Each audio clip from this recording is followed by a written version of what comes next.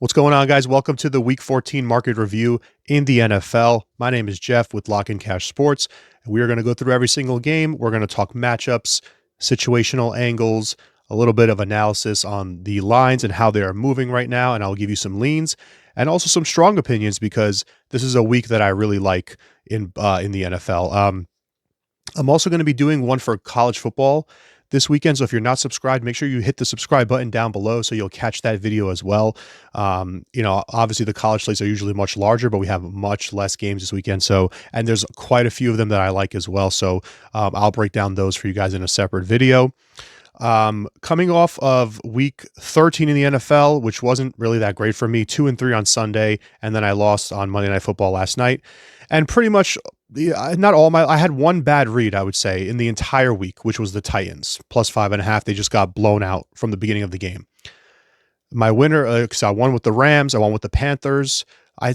My other loss was the Falcons. I think that was one of those games where it was absolutely right side, wrong result, with 4 interceptions thrown, a pick 6 thrown, a pick in the end zone. Like what? And then last night I had the Browns +6.5. I don't have to tell you how that went. They should have won that game by 2 touchdowns, the Browns, but they don't even cover. 2 pick 6s. So yeah, that's how my weekend went. Like 4 or 5 pick 6s in college and NFL combined went against me. So that was pretty frustrating. But looking ahead to this week, I understand that variance occurs. I'm looking to finish the season really strong, and I really love. There are some spots this week that I love. These are like some of these spots where I will go bigger in terms of units, 2, maybe 3 units on some of these games. So before we get into it, as always, the market review is brought to you by the Action Network app. You can follow all of my free picks that I give out on the app down below with the link down in the description. And also there's great tools on there, articles with lots of information, trends, betting systems, all that stuff. The second thing I also want to make you guys aware about is I'm giving away free weekend passes this weekend. This was a thing that we used to do regularly that we kind of stopped. I want to get back into it to get more people aware of our brand. So down in the description below, there's a link for if you're a first-time sign. If you've never seen us before, never signed up before, just put your name on the list. When all of my official NFL and college football plays go out this weekend, like officially, I've had units on these plays. This is how much I'm betting. When that goes out, you'll get it, and you can kind of get a taste of what we're doing. So that's down there for those who are interested. Now let's get into the games. All right, Thursday Night Football, we start off with a banger. This is a great one. NFC North divisional matchup between the Packers and the Lions. Green Bay getting 3.5 points here on the road, and the total is sitting at 51.5. Some 51s out there as the under is starting to take money. This has been pretty exclusively one way in terms of how the market has moved and money has moved, because the look ahead for this was Detroit -6. There was some 4s on the open. It's been Green Bay and the under in terms of where the money's come in, and I gotta say I agree with both. But in particular, I like the Packers in this game. There's a lot of things that we can say about the Lions and how great they've been this season, and you guys know, excuse me, if you watched my videos before, that I've been really high on them. They already cashed us our biggest future, which was their win total over 10.5. I have a ticket for the Lions to have the best record in the NFL, which is currently in jeopardy because of how dumb the Chiefs win. The Chiefs just keep winning in ridiculous ways. But anyway, I think this is finally a spot where I can get in front of them. I haven't done it all season long, but I like Green Bay getting the 3.5, and I also like a sprinkle on the money line. I don't hate that either. The Packers are as healthy as they've been all season long. They're playing really, really well on both sides of the football. That's the thing here. And their offense tends to do pretty well in these indoor games because they have good speed at the skill positions. Detroit is obviously great offensively. The matchup here that they should be able to have success with is on the ground, running against this Packers defense. But the Packers secondary has been really good. And the Lions, you're starting to kind of see it. Just think about the last few weeks. Aside from the Jacksonville game where they put up 1 million points, think about the last few weeks, how it's gone. That 3-point win at Houston, 3-point win against the Bears. You're starting to see it a little bit. The defensive injuries are really piling up now. I mean, they just signed Jamal Adams, he's washed to maybe play safety. So the defensive injuries are really starting to mount for the Lions. And man, when you have 2 really good teams in the division, like the Vikings and the Lions, the Vikings and the Packers, the Vikings and the Packers and the Lions, these teams very often tend to split. I wouldn't be surprised at all if this is a split scenario where Green Bay goes in and wins this game. I think they can have success on the ground with Josh Jacobs and through the air. This is a big game for Jordan Love as well. And you're starting to kind of see the Lions in the red zone the last few games. They played really well in the first half against the Bears, but the second half, they really fizzled out offensively. And in the red zone especially, just 7 points in that second half. Man, I think this is a game where it goes right down to the wire and the Packers are live, very live. So I like Green Bay getting the points in this game. All right, over to Sunday, you've got the Panthers taking on the Eagles. Carolina's catching 12 or 12.5, depending on where you look. There's actually an 11.5 out there as well. Totals at 46. Another game that I have a pretty strong opinion on. I like Philly in this one, laying the points. I bet Carolina on Sunday. It was my first time taking the Panthers. I really liked how they were playing, especially at home. Getting 6 points with a home divisional dog is typically something I'm always going to at least take a look at, and everything kind of lined up for me there. Game ends up going to overtime. Pretty tough emotional loss. Really should have won that game, man. They take the lead with 30 seconds left.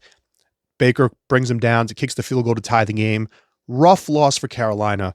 When you come off of losses like that, especially for a young team trying to rebuild and find themselves, it can typically be a pretty rough spot the next week. But here's why I like this even more. The Panthers, during their stretch recently of really good games that they've played, competitive games, good football against the Chiefs, won that game outright against the Saints. 3 of those 4 games were at home. The one exception was the Germany game against the Giants. The Giants, I think, without a doubt now, are clearly the worst team in the NFL. They're the worst team in my power ratings. So 3 of their 4 games at home. When's the last time the Panthers have played a true road game? It was back in October when they played the Broncos. They lost that game by 2 touchdowns. So as well as they've been playing, and they just cashed for us on Sunday, I like the Bryce Young revival story. It's great. So he looks awesome. But he hasn't proved that he could do it on the road. He has not proved that yet. If we look at last season, if we want to include that in the sample size, 0-9 on the road straight up, 1-8 against the spread. No, the Panthers this season have only covered and won outright 1 road game. That was week 3 when they benched Young for Andy Dalton's first start. So they got the backup quarterback boost. Other than that, they've been terrible on the road this year. And this is just a game where they have no advantages. Nothing at all. You don't have anything over Philadelphia. I know the Eagles just got a big win in Baltimore, but that's not a rivalry game. That's not a divisional game. You know what I mean? It didn't lock up anything for them. So they just come back home here after a nice win. To me, the spot is just as bad for Carolina off of an overtime divisional loss. I think the Eagles, this could be the public money's coming in on Carolina. They did take some sharp money at 13.5, which I get. My ratings make this 13.5. So if you're going to put a 12 out there or an 11.5, that's where I'd be on Philly. If I could find an 11.5 at -110, I would go Philadelphia. I may even just take the 12, but I think this is one of those not say public dogs, but trendy dogs, like a team that's been playing really well. Now they're catching a bunch of points. How can you resist? And they just get absolutely steamrolled. That's the vibe that I'm getting in this game. Think are not as drastic because it's the NFL, but in college, Army, Notre Dame, that was a big one that just happened, right? The Ohio State, Indiana game. Plus 13, they lose big. This is kind of what I'm getting the vibe with in this game. So I like Philly here laying the points in that game. The Jets are taking on the Dolphins. New York's getting 6.5 points, total at 46. Tricky game. The Jets, what else is new? The 2 things that go together are total bust, completely blown games, and the Jets, just a brutal loss, up 14 points against the Seahawks at the goal line to go up by 3 touchdowns, pick 6 for former Jet Leonard Williams, a thick 6, as they say, right? I saw a funny stat. Leonard Williams was the heaviest guy to ever have a 100-yard pick 6 or whatever it was, 90-something yard pick 6 because he's 300 pounds. I'm like, man, that's something that the Jets would do. They set new records every week like that. So, at 6.5, I make this line 6.5 or 6 really. So I don't really have an opinion on this side really. I think you could potentially look to the over. Divisional overs. Here's something pretty interesting about this season. Remember the amazing run that unders were on? Divisional overs are actually over 65% this season to the over. So it just shows you how markets adjust and things swing back. The lines are being set lower this year. This may be a 47, a 48 in years past. Now it's a 46, right? So the markets do adjust. I kind of lean over. I think that you have 2 teams that have nothing to lose. The Dolphins offense plays great at home. They're averaging nearly 30 points per game at home. And the Jets are going to probably be playing from behind and have to throw the ball a lot. So my only look in this game would be to play the over 46. I don't like anything really in terms of the side. I wouldn't hate it if you said you're throwing the Dolphins in some money line parlays or something, but there was some stuff after the Green Bay game about some turmoil in the locker room, some annoyance maybe with the coach or whatever. So, those are just rumors. Take that for what it's worth, but small lean to the over in the Jets Dolphins game. Next up on Sunday, we've got the Raiders taking on the Buccaneers. Vegas getting 7 points on the road. 46.5 is the total. Another spot here where you would probably try to fade the team coming off of the overtime win. The Buccaneers on the road, a big divisional win that keeps them in the NFC South race with the Falcons. Falcons lose, Bucs win. That's great for them. But, 7s to me is a big number. I'm not really sure that if you're an average team in the NFL, you should be laying 7 against anybody unless it's probably the bottom 3. I don't have the Raiders as one of the bottom 3 teams. I thought they played well enough against the Chiefs. That was a divisional game. They were a big dog. I mean, Tampa's offense is a bit more explosive than Kansas City's. Kansas City's more methodical, more about good execution. Tampa's going to take more shots downfield. Maybe there's some issues there, but the Raiders do a decent job of getting pressure. This is like one of those games where I was just like, I slightly lean to the 7, but I think to getting the 7 with Vegas. But I think there's much better spots out there. I also slightly lean to the under as well. You saw some of the Bucs issues on offense finally kind of turn on them last week, and the Panthers played them pretty well. If you can get pressure on Baker, cause some issues, I think the Raiders could do that with their front. So a slight lean to the under and the dog in this game. I think they kind of correlate well. But I'm not really loving, anything about this other than the fact that you're getting a full touchdown with Vegas. Maybe Tampa as a teaser leg, I would not be mad at. But don't love anything about this game, really. I think there's other great spots on the board, like 2 of the ones that I already discussed, and we've got some more coming up. All right, let's move on to the Falcons taking on the Vikings. Atlanta's getting 5 points on the road, total 45.5. This is going to be touted as a Kirk Cousins revenge game, right? Going back to play his former team. In reality, what is he getting revenge for? Nothing. There was not an ugly ending to that. He was a free agent. He goes signs with the Falcons. He tore his Achilles. Like what is he really? What is the revenge factor, right? So I don't necessarily love that angle. Plus, he looked horrific on Sunday. I had the Falcons getting plus 1.5. So if Koo makes a field goal, they lose by 1. I would have hit my bet. He can't make a field goal, and Cousins throws 4 picks.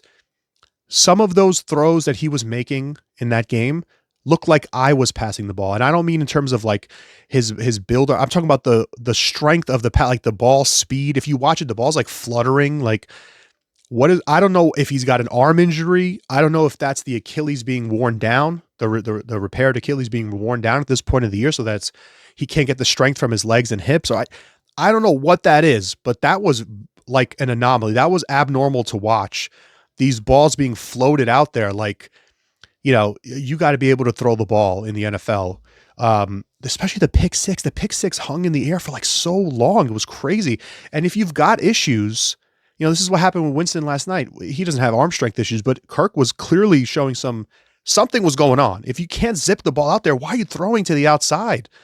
That is a recipe for a pick six because nobody can recover none of your offensive players can recover to make a tackle if you throw the ball outside when no one's there.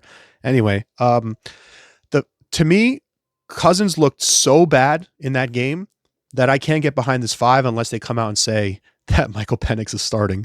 And I think that's a realistic thing. I mean, you're in the middle of a divisional race, a playoff race. Kirk has been awful, not just in that game, but prior to the bye as well. And I kind of thought they were just wearing down coming into their bye. They'll come out much fresher. And the defense played great. They didn't allow any offensive touchdowns, but I can't get behind what I saw from the Falcons offense. I simply can't. We did cash our Bijan future though. Bijan Robinson over 6.5 rushing touchdowns. He got his 7th. I was happy about that, but the game, the Falcons looked really bad offensively. So I can't, but at the same time, this is not a great spot for Minnesota, right? Minnesota played 3 straight road games, then went home, barely survived, comeback win against the Cardinals. Questionable way that game ended with the coaching decisions on the Arizona side, but they escape with a win.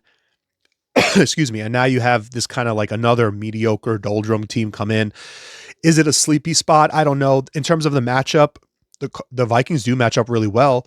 You can't run on the Vikings. Excuse me. This is the top rushing defense in the NFL, and that's what the Falcons want to do with Robinson and Algier. So if they can stifle the run and then they can get to Kirk with that blitz, one of the best blitzes in the NFL, do I really have a lot of confidence that the Falcons are going to be able to have offensive success in this game? I think you can look at the under at 45.5, but I don't love either side here. Minnesota and money line parlays, again, I wouldn't be mad at that. But no strong opinion either way. I just want to point out, though, that it's like the revenge game with the Falcons. I can't get behind that whole narrative with how they looked last week.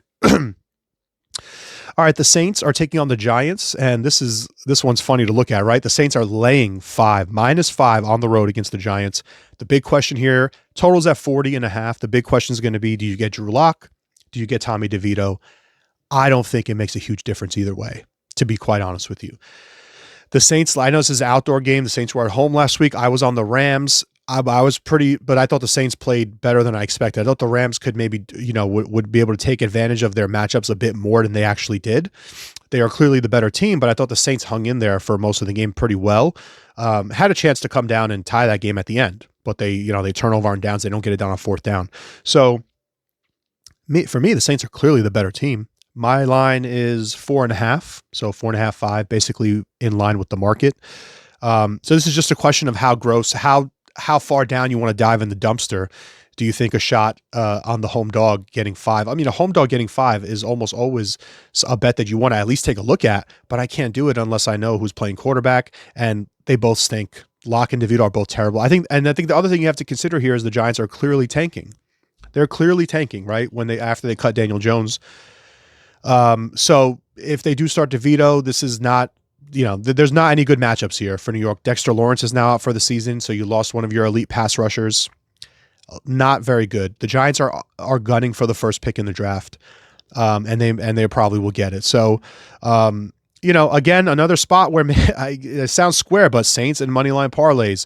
You want to tease the Saints like a 10-point teaser, get them through the 3. I don't know. I mean, there's plenty of ways you can attack this game, but I don't like the side. I think you could lean to the over as well a little bit because I think the Saints will have a lot of offensive success, especially after coming off of a mediocre offensive game. They struggled against the Rams to finish drives, to move the ball efficiently. So this could be a good matchup especially against that Giants secondary, the way Carr likes to sling it downfield. So I think you could look for the over maybe with the Giants playing from behind and having to go to a passing script. Other than that, not much to say about this one. The Browns taking on the Steelers. Back to the AFC North. Cleveland's getting +6. There are some 6.5s out there, and I saw this morning a 7 at Circa, which maybe has been bought back down here. But in any event, Pittsburgh, a big home favorite. Totals at 43. Okay, I'll say one thing. Right off the bat, I like the over 43 in this game. Let's see. Are there any with the hook out there? Because I kind of feel like this will move up. This 43 could move up. Yep. See, you're starting to see 43.5s now. Caesars has a 44. There is still a 43 at DraftKings. I like the over in this game for several reasons. You saw what just happened when the Steelers played the Bengals this past week. 1,000,000 points in that game. The Browns are profiling right now as a very high overs team. I'm pretty, over 70 points total last night against with the Broncos. I'm pretty sure you could tell why, because Jameis is just as much as he likes his own guys, he likes throwing to the other team as well. So, and the Steelers have a good defense. The Steelers have a defense that has a knack for creating turnovers, that has a knack for scoring points. So I think this is another game where you could see some defensive scores. On the other side, Russell Wilson just looks really good, and the Browns were clearly susceptible to the deep ball. Their defensive front is good, number 1 in pressure rate in the NFL. That was part of my angle for the play last night, but the secondary is not. Aside from Ward, it's not very good, and these guys are getting beat downfield. So expect more shots downfield.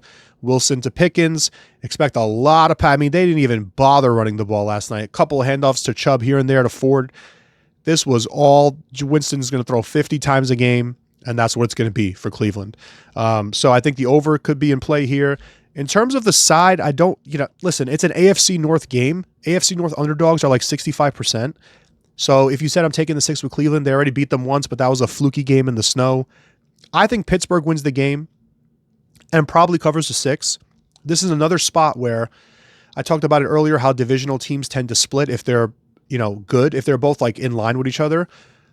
But the spot that I like even more is when two teams in a division play each other, and the weaker team, the objectively clearly weaker team, which is the Browns here, won the first game and now have to go on the road for the second game, that's usually a hammer spot for the home team because they're the much better team. So I kind of like Pitt minus the 6, even though it goes against a lot of the trends that would tell you to bet the dog in these matchups. And I like the over. So this is kind of correlated. Usually you go dog in the under, favorite in the over. So in this particular matchup, I kind of like the favorite in the over with the Steelers. The Jaguars taking on the Tennessee Titans.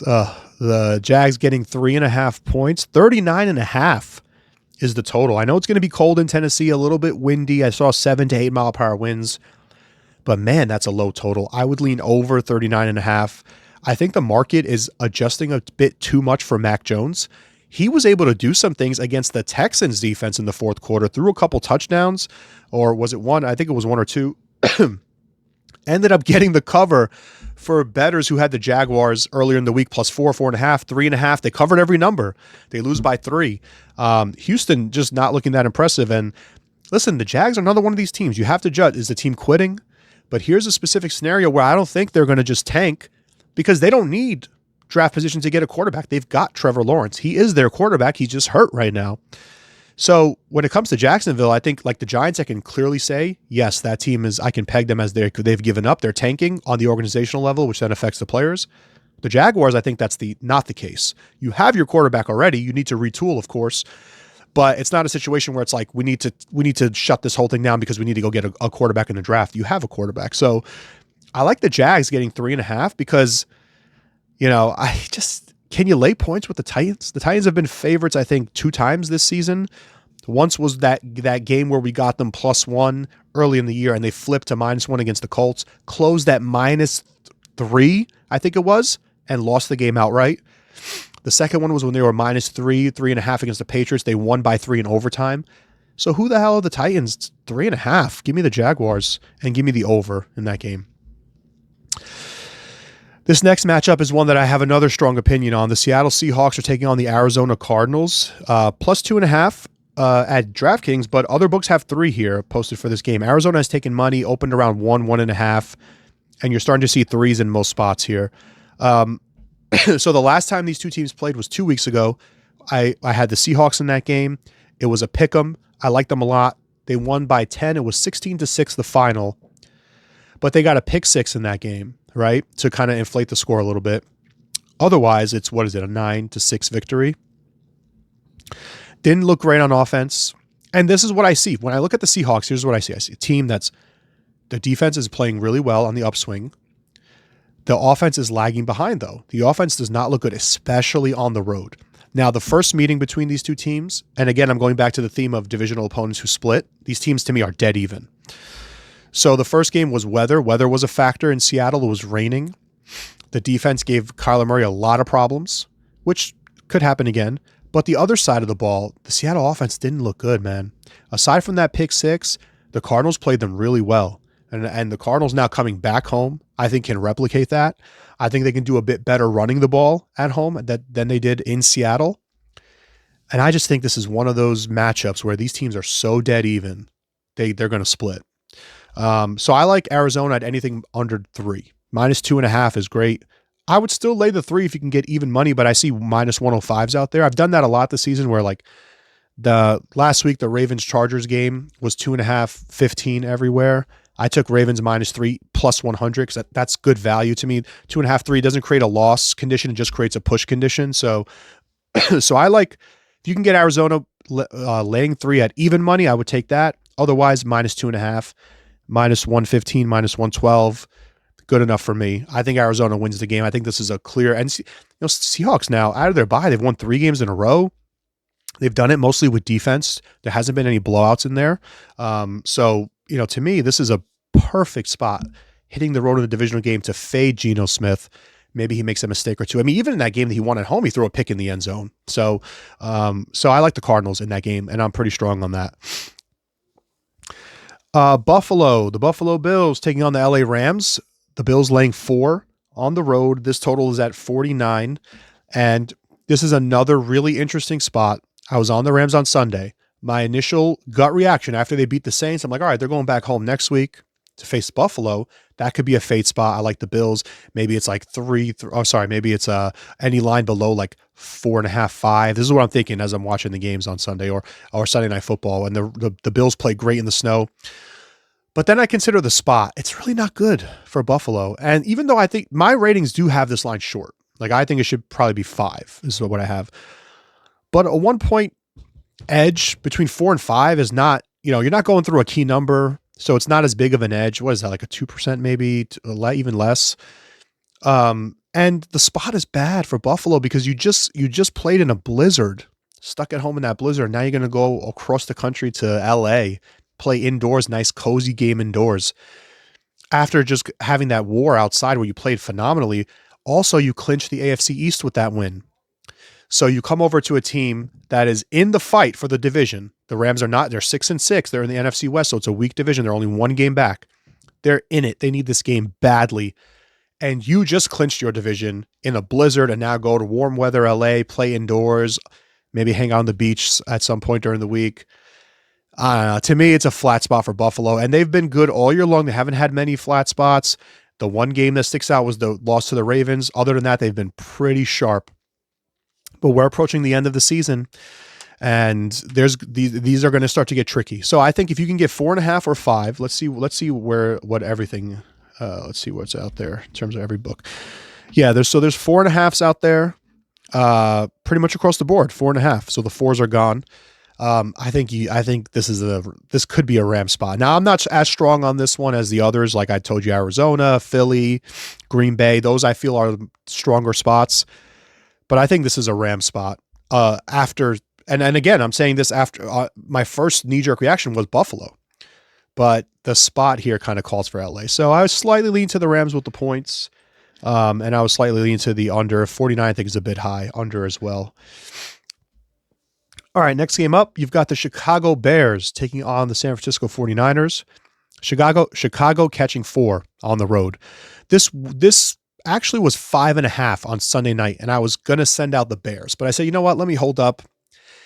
Historically, when I send out plays really, really early, it's not like they something crazy happens or like they don't have any higher hit rate than when I send them out in midweek or on the day of. So I just figure, all right, let me just see what the market thinks. And of course, it got cratered. So it went all the way down to 3.5. Now it's back up to 4. Listen, 5.5 to 4, again, you're not really going through any key. Now, this is the thing. This is the important thing when you're looking at line movement, because some people just see a 1.5 or 2-point line move and they just assume that all the value is gone. You didn't go through any key numbers, and this will not go through the key. It's not going to get to 3. So you're getting 3.5 here. San Francisco, season on the line. Jordan Mason IR, Christian McCaffrey IR. Man, the injuries are so brutal for the 49ers. My win total on their under is looking fantastic. I think we actually cashed it already. I don't think they can get to 12 wins. So we had under 11.5 wins. Happy about that. This team looks really, really demoralized. Really, and you're going back home, yes, but you're going back home against a team, the Chicago Bears. They've lost, I think, 6 games in a row at this point. They were 4-2. They're now 4-8. The head coaching boost. We talked about this when Dennis Allen got fired and Rizzi came in, and we bet the Saints against the Falcons and they won outright. The head coaching boost. The Bears now arguably have more motivation than the 49ers because the Niners kind of know this is a lost season. You're not doing any. If you somehow miraculously made a run and got into the playoffs, you're not doing anything with this Niners team the way it is right now. They are so destroyed by injuries, just momentum, mentally drained, emotionally. They never were in that game on Sunday against the Bills. They looked horrific. The Bears should be more. They've looked much better on offense lately. They just hung with Detroit in Detroit. 3-point loss. The end of the game fiasco was a disaster. But then you fire the coach.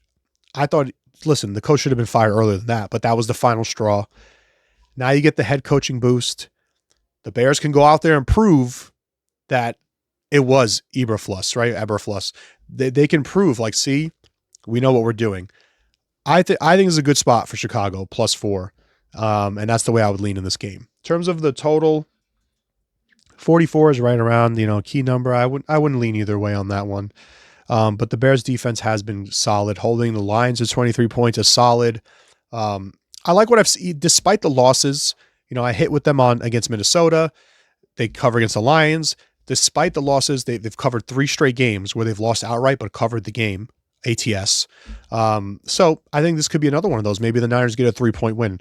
But I kind of have a feeling Niners are going to have to play from behind in this game and kind of have to come and, do the usual thing where the home favorite has to come back, rally, maybe win, but not cover. I like the Bears with the points. All right, Sunday Night Football, the Chargers taking on the Chiefs, AFC West battle. This is a big one as well. LA getting 4, totals at 43. The big thing here is, does McConkey play? It looks like he may not practice to start the week. We'll see what happens later in the week, so I can't give you a strong opinion on the side yet, but I do lean LA, and that's unusual for me. I've looked for a lot of spots to fade the Chargers. This season. I just bet against them again. So I faded them with the 3 weeks ago with the Bengals. They got me, even though I thought the Bengals should have won. Then I got them with the Ravens, got that. Now again with the Falcons, they got me. The Falcons with the BS game from Cousins. I actually like the Chargers this week because the Chiefs do one thing really, really, really well. They win close games. This, I would not be surprised at all if it's another close game, a field goal game that comes down to the last possession, which would put you in line for a cover if you take LA +4. So I also think you can look at the under here with the injuries on both sides. The Kansas City offense is just so limited right now. On Black, and you saw it in that game on Black Friday. And the defense is the defense has kind of been there. In previous years and their Super Bowl runs, it's kind of like, all right, the offense will come through when in the biggest moments, but throughout the game, they kind of just meander through, and the defense just continuously forces punts, and keeps them in it. And then at the end, the offense pulls it out in the end. But the defense hasn't looked as dominant this season. And Aiden O'Connell, man, he was able to move the ball against them. The Raiders did some things well on offense. To me, now going up against Justin Herbert, he doesn't have a lot of great weapons. I know Dobbins is gone now, but you at least have time, right? You got to win on Sunday. You've got time to figure things out now without J.K. Dobbins. They're going to have to figure something out in terms of their weapons, but I think this is another one of those games where the defenses just keep it close. It comes down to probably a field goal at the end. So lean to the Chargers +4, but I do want to see if Ladd McConkey plays in this game. All right, wrapping it up with a game that I don't really have a strong opinion on, but the Bengals are taking on the Cowboys. Cincinnati -5.5 on the road. Total has been bought up a little bit, ticked up 49.5, now 50.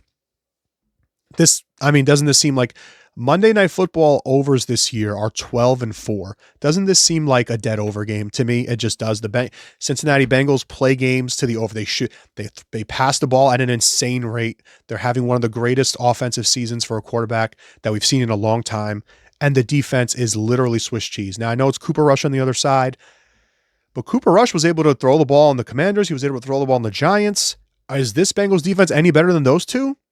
I'm not convinced that they are. So I think Cooper Rush can just do, they're not going to run the ball too much with Rico Dowdle anyway.